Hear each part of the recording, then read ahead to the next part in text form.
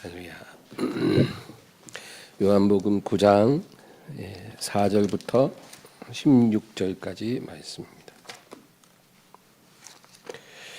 9장 4절부터 16절까지 다 같이 읽겠습니다. 때가 아직 낮음에 나를 보내신 이의 일을 우리가 하여야 하리라. 밤이 오리니 그때는 아무도 일할 수 없느니라. 내가 세상 있는 동안에는 세상의 빛이로라. 이 말씀을 하시고 땅에 침을 뱉어 진흙을 이겨 그의 눈에 바르시고 이르시되 실로암 못에 가서 씻으라 하시니 실로암은 번역하면 보냄을 받았다는 뜻이라. 이에 가서 씻고 밝은 눈으로 왔더라. 이웃 사람들과 전에 그가 거린인 것을 보았던 사람들이 이르되 이는 앉아서 구걸하던 자가 아니냐. 어떤 사람은 그 사람이라 하며 어떤 사람은 아니라 그와 비슷하다 하거늘 자기 말은 내가 그러하니 묻되 그러면 내 눈이 어떻게 떠졌느냐. 대답하되 예수라 하는 그 사람이 진흙을 이겨 내 눈에 바르고 나더러 실로암에 가서 씻으라 하기에 가서 씻었더니 보게 되었노라. 그들이 이르되 그가 어디 있느냐. 이르되 알지 못하노라 하니라. 그들이 전에 맹인이었던 사람을 데리고 바리새인들에게 갔더라. 예수께서 진흙을 이겨 눈을 뜨게 하신 날은 안식일이라. 그러므로 바리새인들도 그가 어떻게 보게 되었는지를 물으니 이르되 그 사람이 진흙을 내 눈에 바르매 내가 씻고 보나이다 하니 바리새인 중에 어떤 사람은 말하되 이 사람이 안식일을 지키지 아니하니 하나님께로부터 온 자가 아니라 하며 어떤 사람은 말하되 죄인으로서 어떻게 이러한 표적을 행하겠느냐 하여 그들 중에 분쟁이 있었더니. 아멘. 오늘 밤이 오면 일할 수 없다, 이런 제목으로 말씀을 나누려고 합니다. 지난 시간에 이제 제자들이 예수님께 질문을 했죠. 나면서 맹인된 한 사람을 예수님이 보실 때 제자들이 질문합니다. 주여, 이 사람이 맹인으로 난 것이 누구 죄 때문입니까? 저 사람의 죄 때문입니까? 아니면 부모의 죄 때문입니까? 그러니까 예수님께서 이제 대답을 하시죠. 3절 다시 읽겠습니다. 예수께서 대답하시되 이 사람이나 그 부모의 죄로 인한 것이 아니라 그에게서 하나님이 하시는 일을 나타내고자 하심이라. 예수님의 말씀을 우리가 오해하지 말아야 될 것은 이 사람이나 그 부모의 죄 때문이 아니라는 것이 그들이 죄인이 아니라는 의미는 아닙니다. 하나님 앞에 모든 사람은 다 죄인인 것입니다. 그러나 이 사람이 맹인으로 난 것, 그 직접적인 원인이 죄가 아니라는 뜻이죠. 죄가 직접적인 원인이 된 것이 아니라 하나님이 하시는 일을 나타내기 위해서 이 사람이 맹인으로 나게 됐다, 그렇게 말씀한 것입니다. 이제 4절 5절 다시 읽겠습니다. 때가 아직 낮음에 나를 보내신 이의 일을 우리가 하여야 하리라.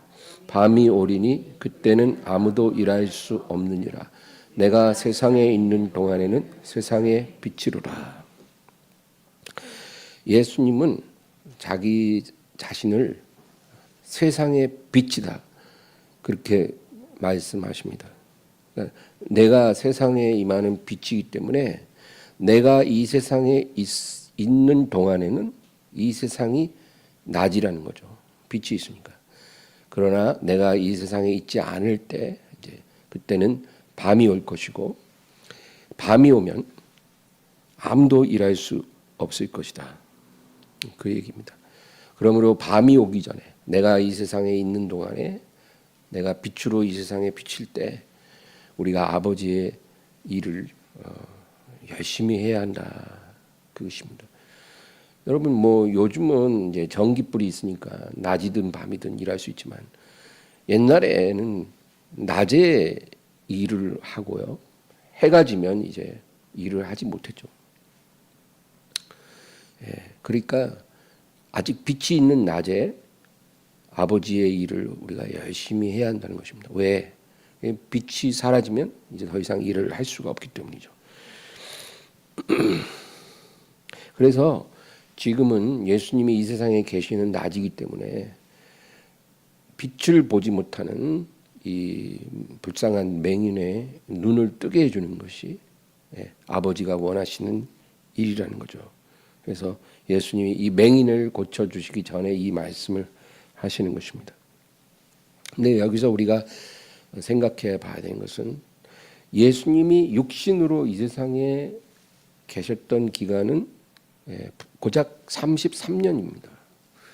그 33년만 이 세상에 낮을까요? 그렇지 않죠.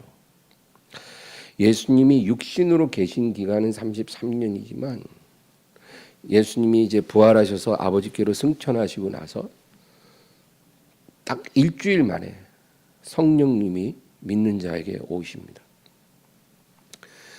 예수님이 아버지께로 가시고 일주일 후에 성령님이 믿는 자들에게 오셨는데 이 성령님을 그리스도의 영이라고 하거든요. 예수님의 영이십니다. 그러므로 육신으로 오신 예수님이 아버지께 가시고 영이신 예수님이 다시 오신 거예요. 그래서 믿는 자들 안에 임하셨기 때문에 예수님이 계속 세상에 거하시는 것과 마찬가지입니다. 육체로 오신 예수님은 믿는 자 안에 들어가실 수가 없죠. 그렇죠? 육체로 오셨는데 어떻게 믿는 자 안에 들어오십니까? 그럼 불가능합니다. 그러나 영으로 오신 예수님은 믿는 자 안에 들어오시는 겁니다. 그래서 믿는 자 안에 성령님이 계시는 그 동안에는 이 세상이 낮은 것입니다. 요한복음 14장 17절 그는 진리의 영이라 세상은 능히 그를 받지 못하나니 이는 그를 보지도 못하고 알지도 못함이라. 그러나 너희는 그를 아나니 그는 너희와 함께 거하시며 또 너희 속에 계시겠음이라. 너희 속에 계시는 하나님. 내가 너희 안에 거하리라고 하실 때 그것은 성령님을 통해서 가능한 일입니다. 20절 그날에는 내가 아버지 안에 너희가 내 안에 내가 너희 안에 있는 것을 너희가 아니라. 그 성령이 믿는 자 안에 들어오실 때 그것이 곧 아버지와 아들이 우리 안에 거하시는 것 같다 그 얘기입니다. 그래서 믿는 자 안에 그리스도의 영이신 성령님이 거하시면 이 세상은 계속 낮은 것입니다. 그리고 아버지의 일은 계속 되는 것입니다. 로마서 8장 9절 또 읽겠습니다. 만일 너희 속에 하나님의 영이 거하시면 너희가 육신에 있지 아니하고 영에 있나니 누구든지 그리스도의 영이 없으면 그리스도의 사람이 아니라. 그러니까 우리가 교회에 모여서 있기 때문에 그리스도의 사람이 된 것이 아닙니다. 그것은 표면적인 것이고 가장 본질적인 것은 우리 안에 그리스도의 영이 계시기 때문에 우리가 그리스도의 사람인 것입니다. 나중에 하나님이 우리를 부르실 때 우리 안에 그리스도의 영을 통해서 우리를 부르시는 거지 우리가 교회에 소속되어 있기 때문에 우리를 부르시는 것은 아닙니다. 그래서 우리가 영생에 들어가려면 우리 안에 그리스도의 영이 있어야 됩니다. 그리스도의 영이 없으면 그리스도의 사람이 아닙니다. 그리스도의 사람이 아닌데 어떻게 우리가 그리스도의 나라에 참여하겠습니까? 그럼 불가능하죠. 그러므로 그리스도의 영을 받은 그리스도인들이 이 세상에 살고 있는 한 이 세상은 아직은 낮은 것입니다. 왜? 예수님이 우리 안에 거하시고 우리가 이 세상에 있기 때문이죠. 그러나 이제 이 낮이 영원하지는 않다는 것입니다. 장차 예수님이 이제 공중에 강림하실 때 예수님을 믿는 자들을 공중으로 끌어올리시는 이 전대미문의 사건이 일어납니다. 그때부터 이 세상은 밤이 됩니다. 그리스도의 영을 가진 그리스도인들이 이 세상에서 다 끌어올려져요. 사라지는 겁니다. 그 사건이 일어나면 세상에 그리스도가 계시지 않게 되죠.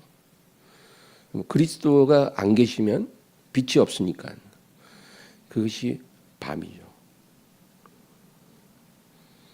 그리스도의 영을 가진 사람들이 사라진 세상, 그것이 바로 세상의 밤인 것입니다. 그래서 우리가 지금 이렇게 모여서 예배 드리잖아요. 우리는 언제든지 지금은 마음 놓고 예배를 드릴 수 있어요.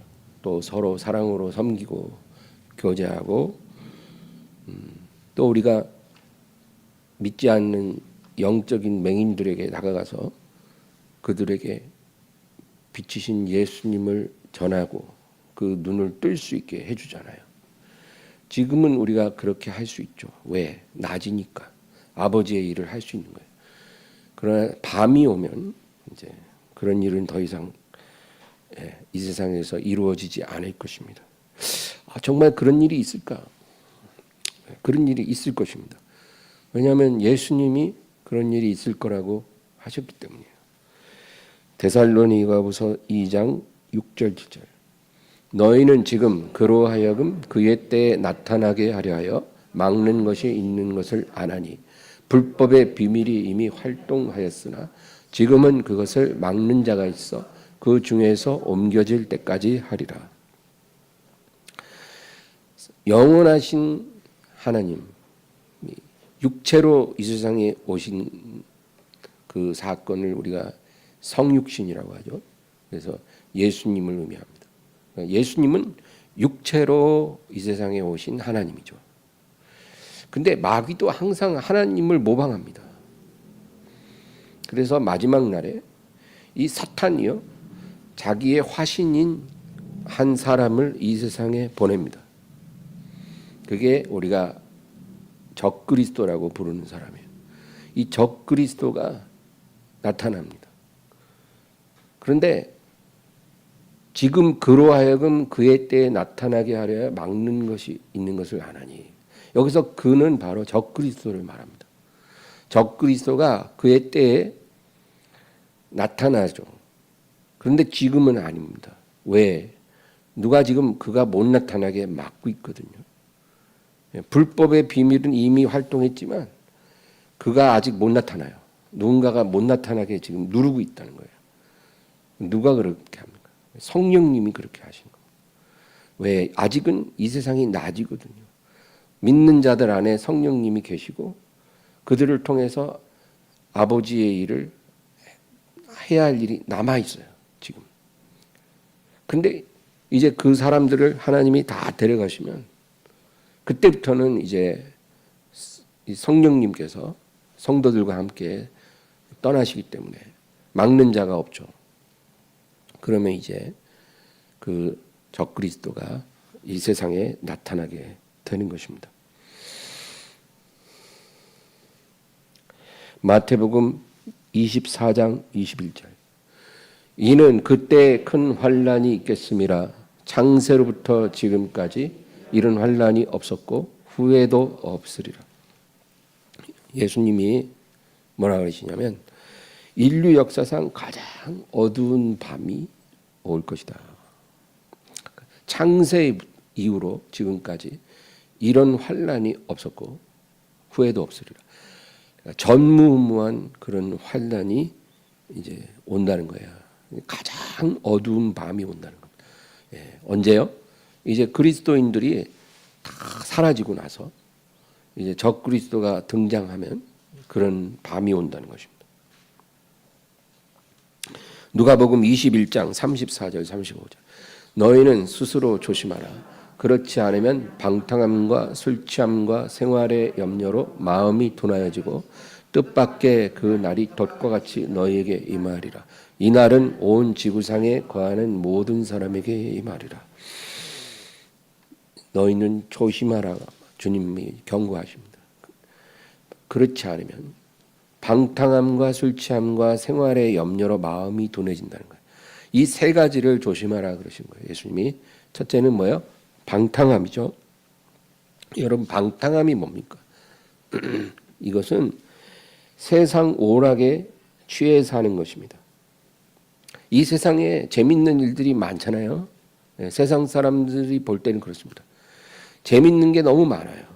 근데 세상에서 노는 게 너무 재미있어서 하나님 생각이 별로 안 드는 사람, 이런 삶, 그게 방탕한 겁니다. 세상 재미가 너무 좋아서 하나님 생각이 잘 안 나는 삶,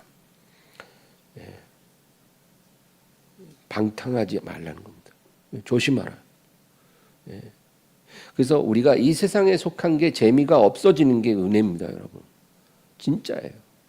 이것도 내 마음대로 안 돼요. 내가 아무리 안 하려고 해도 재미있으면 자꾸 하게 되잖아요. 근데 어느 날부터 재미가 없어져. 그러면 그게 얼마나 큰 은혜입니까? 진짜예요. 저는 텔레비전을 안 보잖아요. 1년에 1분도 안 봐요. 아예 텔레비전을 안 켜요. 그 왜 안 켜냐? 텔레비전이 너무 재미가 없어요. 그래서 안 봐요. 그리고 뭐 유튜브 이런 것도 그냥 예전보다는 점점 재미가 없어지더라고요. 그것도 너무 감사해요. 그런 것에 시간을 많이 뺏기지 않을 수 있어서 감사하고. 그러니까 세상 재미를 조금씩 멀리하게 되는 것이 하나님의 은혜입니다. 술 취함, 술자리를 즐기는 삶의 방식을 말해요. 여러분, 세상 사람들은요, 술자리라는 게 너무나 일반적인 겁니다. 그냥 뭐 좋은 일 있어도 술자리 하고, 뭔가 마음이 좀 꿀꿀해도 술자리 하고, 뭐 힘들어도 술자리 하고, 늘 술을 마셔요. 가족끼리 집안에서도 마시고, 친구들 만나서 마시고, 회사에서도 회식할 때 마시고, 뭐 술이 빠지는 데가 없잖아요. 우리야 술을 안 마시고 살지만 세상 사람들은 술자리가 너무나 일반적이거든요. 네, 이런 것들을 조심하라는 거예요. 생활의 염려, 돈에 매이고 일에 매여서 하나님이 삶의 1순위에서 밀려나는 겁니다. 이게 생활의 염려입니다. 그러니까 하나님이 최우선이 돼야 되잖아요. 근데 그렇지 않고 돈이 하나님 자리에 들어갑니다. 돈이 중요해요. 그리고 일이 1순위가 됩니다. 일 때문에 하나님을 예배하지 못하는 그런 삶으로 변화가는 겁니다. 이렇게 되면 그 날이 덫과 같이 너에게 임하리라. 그 날이 어떤 날이에요? 세상의 밤입니다. 가장 어두운 밤. 그 밤이 덫과 같이 너희에게 임할 것이다. 그리고 이것은 지엽적으로 일어나는 일이 아니라 온 지구상에 거하는 모든 사람에게 동시에 임한다. 그러니까 여러분, 역사상 이런 날이 있었습니까? 없었어요. 2차 대전 때도 저 중남미나 오세아니아, 남아프리카 이런 데는 전쟁이 없었어요. 온 세계가 세계 대전으로 막 혼란스러워도 지구상의 모든 사람이 다 전쟁의 영향을 받지 않았어요. 인류 역사상 지구상에 있는 모든 사람이 동시에 혹독한 환란으로 들어간 경우는 없었어요. 그러나 마지막 때에는 그런 일이 일어난다는 것입니다. 그리고 그 날이 예상치 않은, 예고 없이 어느 날 갑자기 덫과 같이 임할 것이다. 어떤 사람에게요? 방탕함과 술 취함과 생활의 염려로 마음이 둔해진 사람들. 그러니까 여러분, 세상 재미를 멀리하시고 술자리도 멀리하시고 돈, 일 이런 것들이 하나님 자리에 있지 않도록 조심하라는 것입니다. 그 다음 절 36절. 이러므로 너희는 장차 올 이 모든 일을 능히 피하고 인자 앞에 서도록 항상 기도하며 깨어 있으라 하시니라. 이 날이 덫과 같이 임하지 않도록 이런 상황을 피해서 주님 앞에 설 수 있도록 항상 기도하고 깨어 있으라. 얼마나 여러분 예수님의 이 경고가 분명합니까? 이렇게 말씀을 해도 사람들이 그냥 한 귀로 듣고 한 귀로 흘리죠. 지금은 아직 밤이 아닙니다. 왜? 예수님 믿는 사람들이 이 세상에 많이 있기 때문입니다. 그러므로 우리는 밤이 오기 전에 아직 낮일 때 아버지의 일을 열심히 해야 합니다. 아까 4절 5절 다시 읽겠습니다.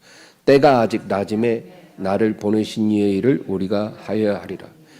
밤이 오리니 그때는 아무도 일할 수 없느니라. 내가 세상에 있는 동안에는 세상의 빛이로라. 내가 세상에 있는 동안에는 빛이 비치기 때문에 밤이 올 수 없다는 겁니다. 그러니까, 그러니까 참된 교회가 이 세상에 존재하는 한 밤은 오지 않습니다. 그러나 교회가 사라지면 밤이 시작됩니다. 그리고 적그리스도가 나타날 것입니다. 이제 6절 7절 이 말씀을 하시고 땅에 침을 뱉어 진흙을 이겨 그의 눈에 바르시고 이르시되 실로암 못에 가서 씻으라 하시니 실로암은 번역하면 보냄을 받았다는 뜻이라. 이에 가서 씻고 밝은 눈으로 왔더라. 이제 주님은 이 나면서 맹인된 자를 이제 눈을 뜨게 해주십니다. 근데 놀라운 거는 굉장히 독특한 방법으로 이 사람을 고치셨다는 거예요. 지금까지 예수님이 수많은 병자들을 고쳐주셨잖아요.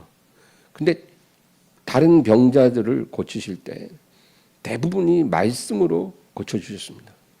거의 대부분이 말씀으로 고침을 받았어요.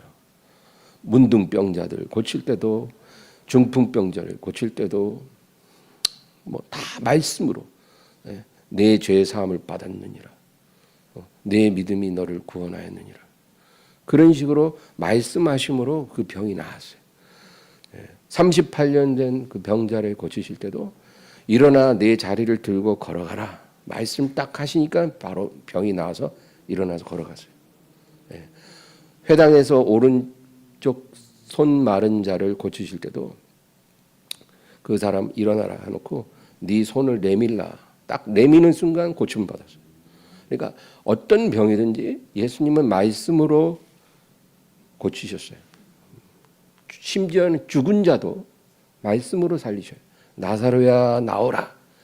그 말씀하시니까 무덤에서 걸어 나옵니다.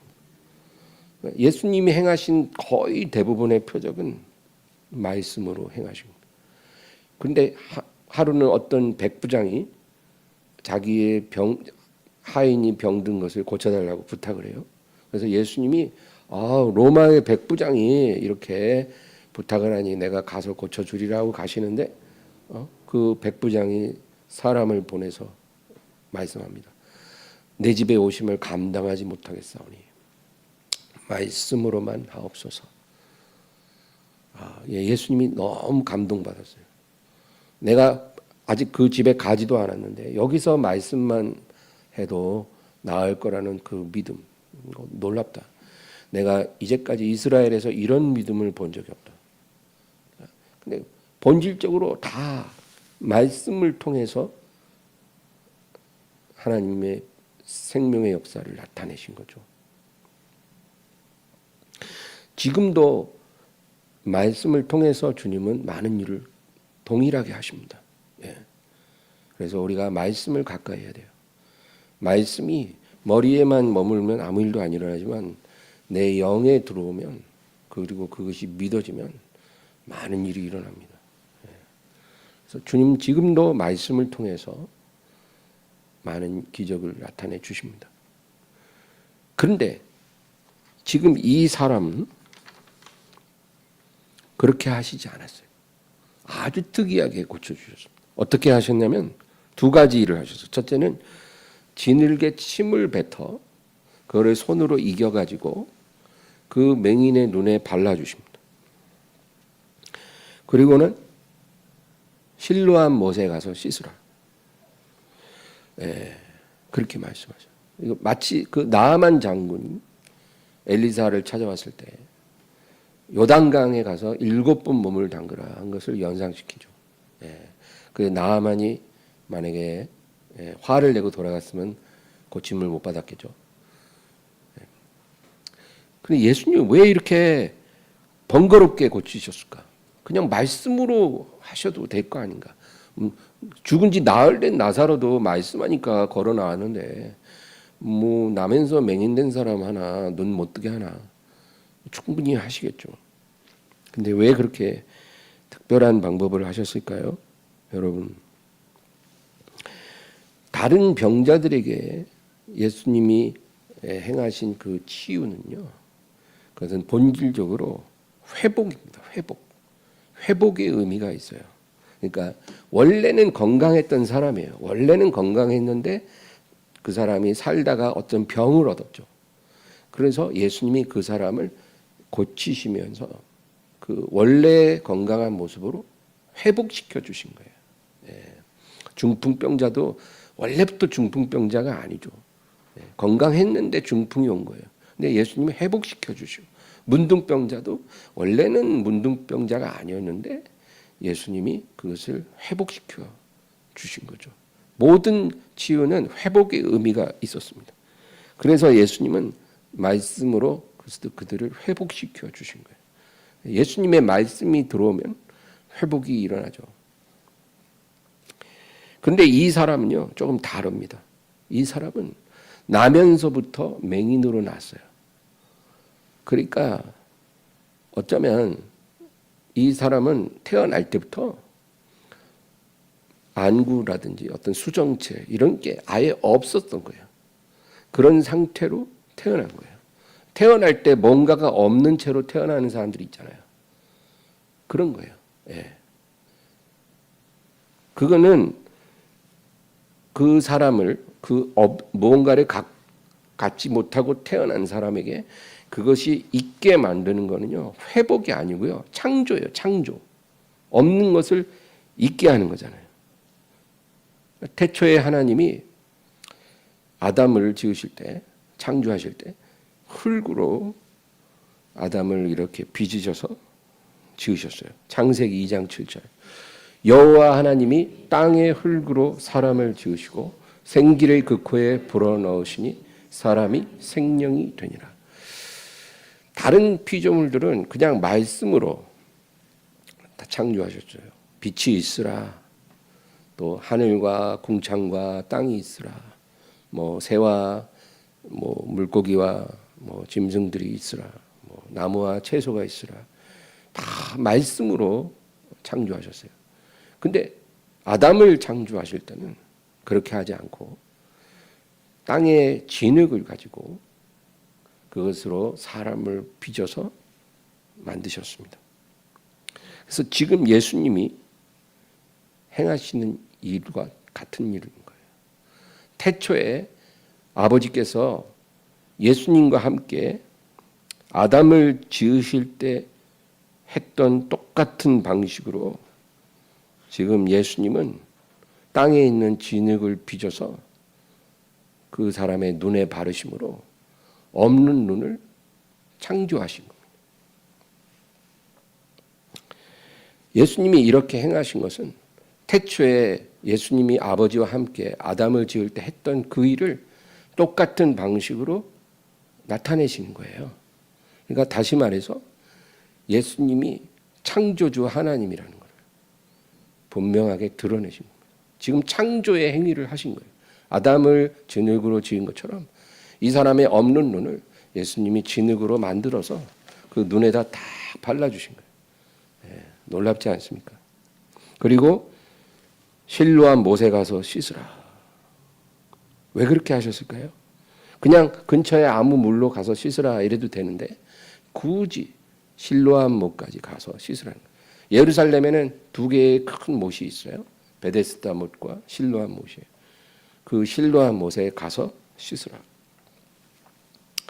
예수님이 이렇게 하신 것은 이 사람에게 그곳까지 가야 하는 순종의 믿음을 요구하신 거예요. 지금 이 사람은요, 아무것도 한 게 없는 사람이에요.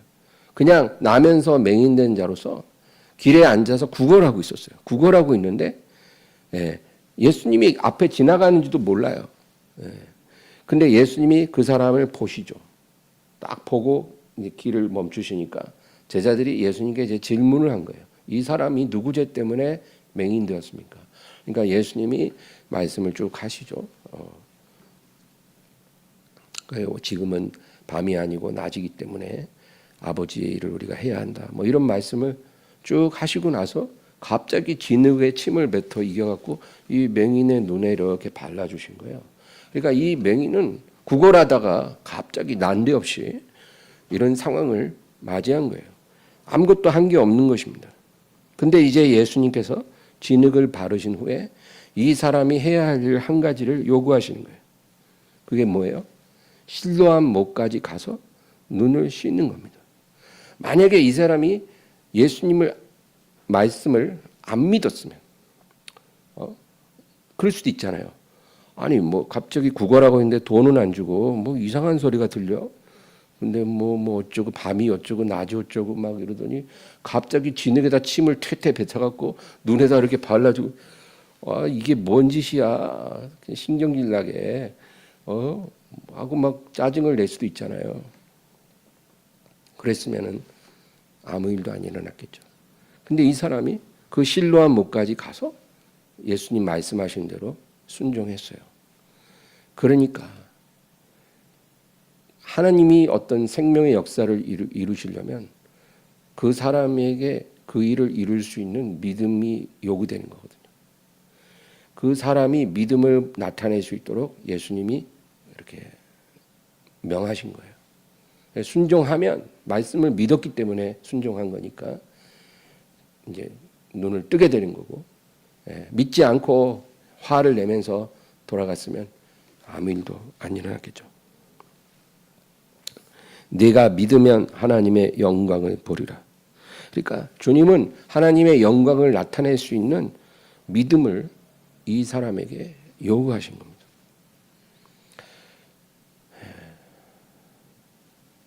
그래서 예수님이 행하신 일들을 이제 가만히 연구해 보면 의미 있는 게 하나도 없더라고요. 자, 이제 8절에서 16절까지 쭉 읽겠습니다. 이웃 사람들과 전에 그가 거린인 것을 보았던 사람들이 이르되 이는 앉아서 구걸하던 자가 아니냐.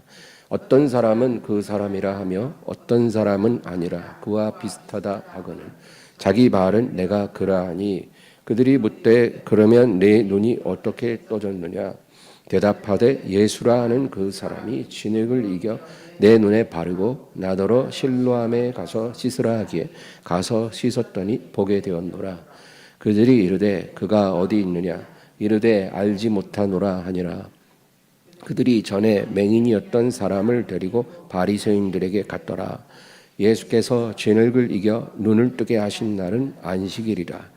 그러므로 바리새인들도 그가 어떻게 보게 되었는지를 물으니 이르되 그 사람이 진흙을 내 눈에 바르매 내가 씻고 보나이다 하니 바리새인 중에 어떤 사람은 말하되 이 사람이 안식일을 지키지 아니하니 하나님께로부터 온 자가 아니라 하며 어떤 사람은 말하되 죄인으로서 어떻게 이러한 표적을 행하겠느냐 하여 그들 중에 분쟁이 있었더니 예수님이 이 사람의 눈을 뜨게 한 날이 하필이면 또 안식일이에요.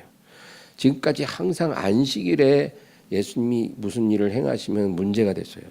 왜냐하면 유대인들은 안식일 날 아무것도 하지 말아야 된다고 믿고 있었거든요. 그런데 예수님이 안식일 날 회당에 들어가서 한쪽 손 마른 사람을 고쳐주시죠. 또 베데스다 연못에 38년 된 병자를 고치신 날도 안식일이었죠.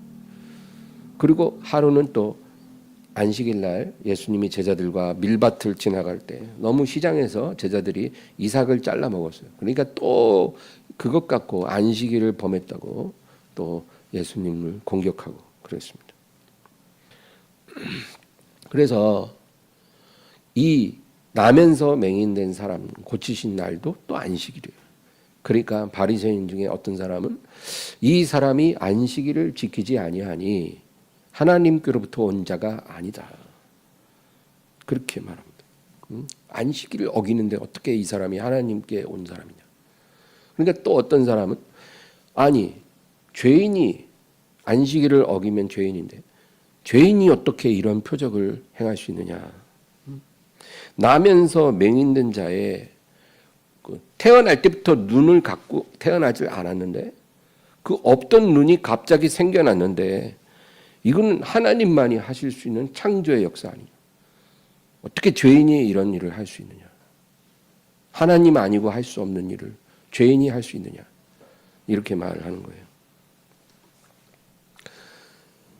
율법과 율법주의는 다릅니다.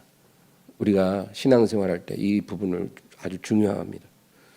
율법하고 율법주의는 달라요. 우리가 율법주의가 나쁘다 그러니까 이제 율법도 나쁜 것으로 생각하기가 쉽거든요. 여러분, 율법은 하나님이 사람에게 복을 주시기 위해서 친히 제정하신 선한 것입니다. 이 율법은 선한 거예요. 이 율법을 지킴으로 우리가 복을 받는 겁니다. 그래서 하나님은 이 율법을 부정하신 적이 한 번도 없으십니다. 율법을 제정하실 때부터 지금까지 앞으로도 영원토록 율법은 선한 것입니다. 마태복음 5장 17절 18절 내가 율법이나 선지자를 폐하러 온 줄로 생각하지 말라. 폐하러 온 것이 아니요 완전하게 하려 함이라. 진실로 너희에게 이르노니 천지가 없어지기 전에는 율법의 1.1획도 결코 없어지지 아니하고 다 이루리라. 예수님은 한 번도 율법을 무시한 적도 없으시고 율법을 어기신 적도 없으시고 또 율법을 폐하려고 하신 적도 없으십니다. 예수님 뭐라 그래요? 나는 율법을 완성시키려고 왔다. 완전하게 이루려고 왔다. 그렇게 말씀하십니다. 그래서 우리가 예수님 안에서 율법을 완전하게 이루는 것이 맞습니다. 율법을 무시하고 사는 사람은요, 그건 예수님을 모르는 거예요. 잘못 믿는 거예요. 우리가 예수님 안에서 율법을 폐하는 자가 아니라 율법을 완전하게 이루는 자가 돼야 맞는 겁니다. 오늘날 교회가 구약적인 제사를 더 이상 드릴 필요가 없잖아요. 그죠? 예, 번제를 드립니까? 우리가 뭐 화목제를 드립니까? 뭐 우리가 속건제를 드립니까? 우린 그런 제사를 이제는 드리지 않아요. 왜 그렇습니까? 그런 제사가 폐해진 게 아니라 완성됐기 때문이죠. 예수님께서 그 제사를 완성하셨어요. 구약 시대에는 그냥 불완전한 제사로서 그냥 유지가 됐던 건데 예수님이 오셔서 그것을 완전하게 하신 거예요. 아론의 자손이 대제사장을 하는데 예수님이 영원한 대제사장이시잖아요. 그러니까 이제 예수님이 오셨기 때문에 아론 지파 그 반열의 대제사장은 이제 의미가 없어진 거예요. 예수님이 오심으로 이제 대제사장은 이제 완전히 종결된 거예요. 예수님으로 인해서. 예수님이 영원한 대제사장. 그리고 예수님이 자기 몸으로 화목제물을 삼으셨잖아요. 그러니까 이제는 소나 양을 잡아서 피를 뿌릴 필요가 없죠. 예수님이 자기 몸을 화목제물로 삼아서 십자가에서 온전히 그 피를 쏟으심으로 영원하고 완전한 제사를 이루셨잖아요. 그러니까 이제 우리가 예수님을 믿으면 언제든지 예수님의 피로 깨끗함을 받는 거예요. 뭐 짐승을 잡아 피 뿌리는 거는 예수님 이전에나 할 수 있는 거지. 예수님을 믿은 다음에 이제 그런 게 의미가 없다는 거예요. 예수님의 피 한 방울이면 소 1만 마리의 피보다 더 가치가 있는 거예요. 그러니까 우리가 예수님을 믿기 때문에 언제든지 우리가 죄를 범하면 예수님의 보혈로 정결함을 받을 수가 있는 거예요. 우리가 진심으로 회개하면 예수님의 피가 우리를 깨끗하게 하십니다. 그리고 우리가 예수님을 믿는 그 믿음 안에서 하나님이 선물로 주신 성령을 통해 말씀을 통해 하나님을 온전하게 예배드릴 수가 있습니다. 성령과 말씀으로 우리가 하나님을 예배하는 것이 그게 완전한 예배예요. 그래서 예수님이 그 수가성 여자하고 대화할 때 그랬잖아요. 여자여, 예루살렘에서도 말고 이 산 그리심산에서도 말고 앞으로 하나님께 온전히 예배할 때가 오나니 바로 이때라. 하나님은 하나님께 예배하는 자는 영과 진리로 하나님을 예배해야 한다. 하나님은 이렇게 예배하는 자들을 찾으시니라. 근데 영과 진리로 예배하는 예배가 완전한 예배라는 거예요. 이제는 그 영과 진리로 예배할 수 있는 사람이 누굽니까? 예수님을 믿는 사람만 가능한 거예요. 예수님을 믿어야 성경을 선물로 주시고 복음의 말씀을 깨닫게 되는 거죠. 그래서 예수님을 제대로 믿은 사람만이 영과 진리로 완전한 예배를 드릴 수 있기 때문에 이제 구약적인 제사는 더 이상 필요치가 않는 거예요. 그러니까 완전하게 된 거예요. 완전하게. 그리고 십계명은 여전히 유효합니다, 여러분. 이것은 하나님이 인간에게 세우신 삶의 기준으로 지금도 작동하는 겁니다. 우리가 십계명 무시하고 살면 안 되죠. 하나님이 인간들에게 엄히 명하신 계율이죠. 십계명 여러분 외울 수 있습니까? 너희는 나 외에는 다른 신을 너희에게 두지 말라. 그 1계명이죠. 하나님 외에 다른 신을 절대로 인정하지도 말고 믿지도 말고 부르지도 말고 가까이 하지 말고 그러라는 거예요. 그러니까 우리가 예수님 믿은 다음에는요. 사주 같은 것도 보면 안 돼요, 여러분. 이 사주라는 게 그것도 결국은 귀신을 가까이 하는 거예요. 그래서 하나님이 엄히 금한 거는 지금도 여전히 유효한 겁니다. 너희는 어떤 형상도 만들지 말라. 형상도 만들지 말라. 그리고 내 이름을 망령되이 부르지도 말고 안식일을 거룩히 지키라. 이 안식일은 원래 토요일이지만 이제 우리가 예수님의 부활하신 일요일을 주일로 안식일을 우리가 승계해서 주일을 거룩히 지키잖아요. 그래서 지금도 우리는 안식일을 지키라는 하나님의 말씀을 순종하고 있는 겁니다. 살인하지 말고 도둑질하지 말고 간음하지 말고 거짓말하지 말고 내 이웃의 소유를 탐하지 말고 내 부모를 공경하라. 이런 모든 계명은 지금도 우리 삶에 아주 중요한 기준이 되어야 되는 것입니다. 우리가 예수님을 믿고 은혜로 산다고 해서 이런 계명이 중요하지 않다 그렇게 생각하는 사람이 있습니까? 그건 아주 잘못된 생각입니다. 오히려 예수님은 이 십계명을 약화시키지 않고 더 강화시키셨습니다. 마태복음 5장 27, 28절. 또 간음하지 말라 하였다는 것을 너희가 들었으나 나는 너희에게 이르노니 음욕을 품고 여자를 보는 자마다 마음에 이미 간음하였느니라.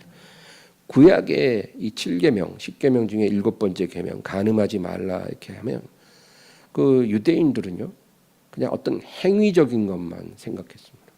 그래서 어떤 행동으로 내가 간음하지 않으면 이 계명을 지키고 있다고 생각을 했어요. 근데 예수님은 뭐라 그래요? 아니라는 거예요.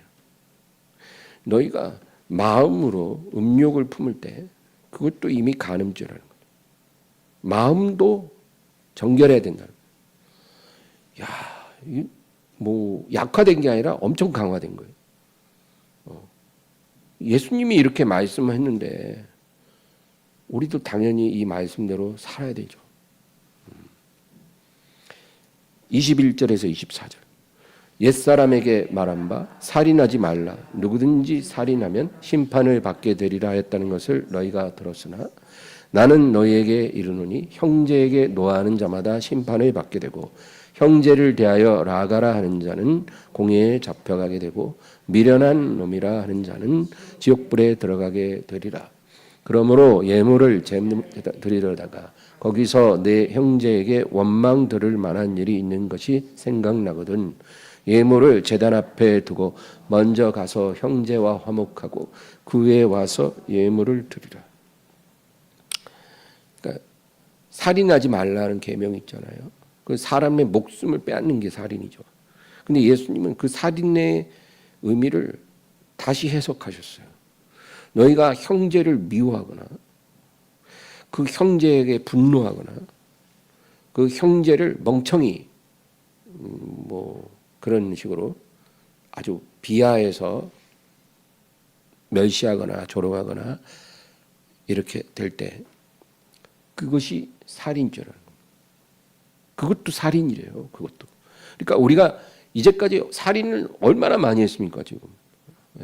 한 300명 이상 죽인 살인자예요. 우리가 어떤 사람은 500명도 될 거고. 근데 주님이 뭐라 그러냐면 너희가 하나님 앞에 예배를 드리려고 하는데 만약에 아직도 화해하지 않은 마음에 어떤 분노를 느끼게 하는 누군가가 있고 증오심 있고 그런 상태라면 지금 네 손에 살인자의 피가 묻어 있다는 거예요. 그 살인자의 피를 손에 묻힌 채로 나에게 와서 예배드리고 예물 드리면 안 된다는 거예요. 내가 너를 받지 않겠다는 거예요. 그러니까 가서 그 피를 씻고 오라는 거예요. 어떻게? 형제와 화목하라는 거예요.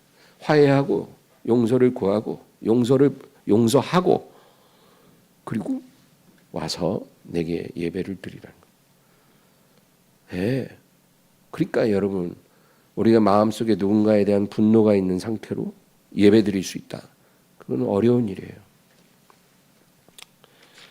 그러니까 예수님은요. 십계명을 약화시키지 않고 오히려 강화시키셨어요. 골로새서 3장 5절 6절. 그러므로 땅에 있는 지체를 죽이라. 곧 음란과 부정과 사욕과 악한 정욕과 탐심이니 탐심은 우상 숭배니라. 이것들로 말미암아 하나님의 진노가 임하느니라. 여기 보면 탐심, 우상 숭배다 이렇게 말하잖아요. 이것은 구약적인 개념이 아니라 바울 사도가 성령에 감동돼서 새롭게 해석한 겁니다. 여러분 우상 숭배의 죄는 하나님이 가장 미워하는 죄입니다. 모든 죄 중에 가장 심각한 죄가 우상 숭배예요. 그래서 십계명 중에 제1계명이 너희는 나 외에 다른 신을 내게 두지 말지니라. 그러니까 우상 숭배하지 말라는 거거든요. 근데 구약 시대에는 이 우상 숭배라 그러면 이방 신을 섬기는 거를 생각했어요. 바알 신을 섬기고 아세라 신을 섬기고 그모스 신을 섬기고 몰렉 신을 섬기고 뭐 다곤 신을 섬기고 뭐 그런 이방 신을 섬기는 것을 우상 숭배라고 생각했죠. 근데 여기서 뭐라고 말합니까? 탐심이 곧 우상 숭배라는 것입니다. 탐심이 뭡니까? 돈을 사랑하는 걸 탐심이라고 그래요. 돈을 사랑하는 것도 우상 숭배라는 것입니다. 왜 그럴까요? 왜 돈을 사랑하는 게 우상 숭배입니까? 돈이 하나님 자리에 있기 때문이에요. 예. 그러니까 이방신을 섬기는 죄나 마찬가지 죄라는 거예요. 오늘날 현대인들은 돈을 하나님 자리에다 놔뒀어요. 그래서 이 탐심이 곧 우상 숭배라는 겁니다. 그런데 오늘날 세상 사람들에게 돈을 사랑하는 탐심은 결코 비난받을 그런 죄가 아닙니다.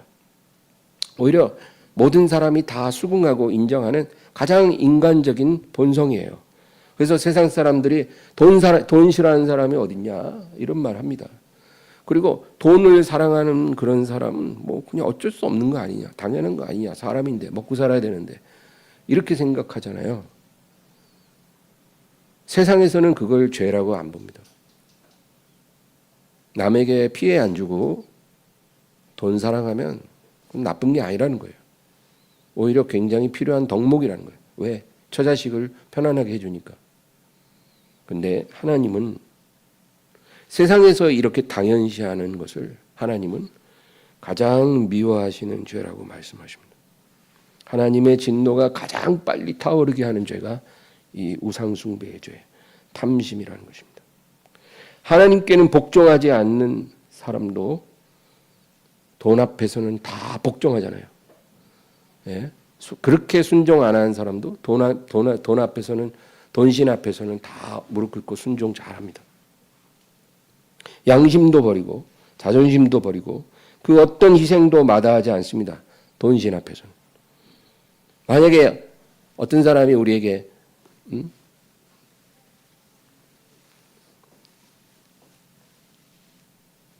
1억을 오늘 나에게 받으러 오면 내가 주겠다. 돈 1억을 오늘 받으러 오면 주겠다. 이러면 여러분, 내가 지금 몸살 나서 진짜 침도 삼키기 힘들어도요, 기어서라도 갈 거예요. 기어서라도. 그죠? 오늘 받으러 오면 내가 1억 줄게 하면 아무리 몸이 아파도 기어서 가요. 우리가 하나님 만나러 그렇게 간 적이 있습니까? 하나님 만나기 위해 그렇게 가는 사람은 없죠. 근데 돈신이 1억 줄 테니까 오라 그러면은 기어서 가요. 이게 바로 탐심입니다. 이게 하나님 앞에 우상 숭배입니다. 우리는 이게 아무것도 아니라고 생각하지만 하나님은 아주 심각하게 보고 계세요. 돈은 필요하지만 그것은 하나님이 우리의 삶을 위해 주시는 하나의 그런 선물이고 축복이지, 하나님의 자리에 두고 순종해야 될 대상은 절대 아닙니다. 때로는 하나님이나 돈 둘 중에 하나를 선택해야 될 때가 있어요. 이 세상에 살다 보면. 여러분, 그때가 진짜 내 운명을 바꾸는 중요한 기로입니다. 내가 하나님을 택할지 돈을 택할지 해야 될 때, 여러분 지금 간절히 내가 부탁합니다. 하나님을 선택하세요. 예. 하나님이 그거 보고 계십니다. 네가 나를 섬기는 자인지 아니면 돈신을 섬기는 자인지 내가 보려고 한다는 거예요.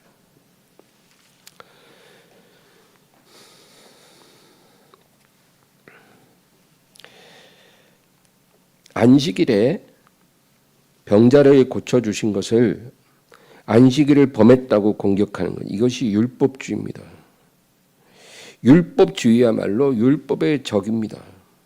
교회에도 율법주의가 들어오면 하나님의 법을 지키려는 사람들을 질식시킵니다.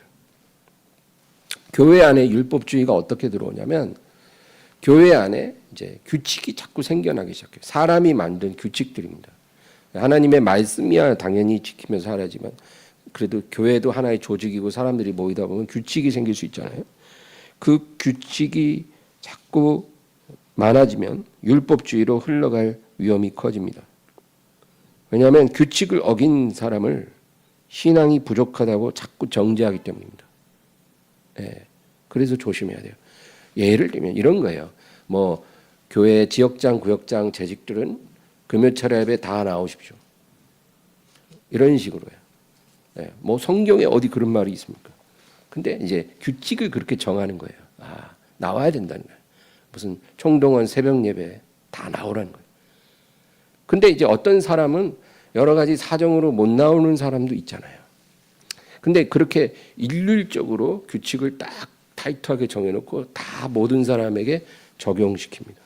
그러면 이제 그 규칙에 미달되는 사람은 어떻게 돼요? 신앙이 부족한 사람이 되죠. 그러면은 이제 그 사람을 이제 판단하고 정죄하죠. 이렇게 되기가 너무 쉽다는 거예요, 교회가. 예, 율법주의라는 게 멀리 있는 게 아닙니다. 근데 이런 것이 점점 심해지면 참된 신앙으로 하나님을 섬기는 사람을 질식시켜 간다는 것입니다. 안식일 날 아무 노동도 하지 말라는 말은 아무런 선한 일도 하지 말라는 말이 결코 아닙니다. 마가복음 2장 27, 28절. 또 이르시되 안식일이 사람을 위하여 있는 것이요 사람이 안식일을 위하여 있는 것이 아니니 이러므로 인자는 안식일에도 주인이니라. 하나님이 안식일을 제정하신 것은 사람을 위해서 제정하신 거예요. 그러니까 그렇게 일주일에 하루라도 쉬지 않으면 사람은 탐심 때문에 쉬지 않거든요. 쉬지 않는단 말이에요. 더군다나 주인이 종을 고용해서 부리고 있는 신분 사회에서는 어느 주인이 종을 쉬게 하겠냐고요. 계속 일을 시켜야죠. 계속 일을 시키면 이익이 늘어나니까요. 그러니까 쉬게 하지 않고 일을 시킨단 말이에요.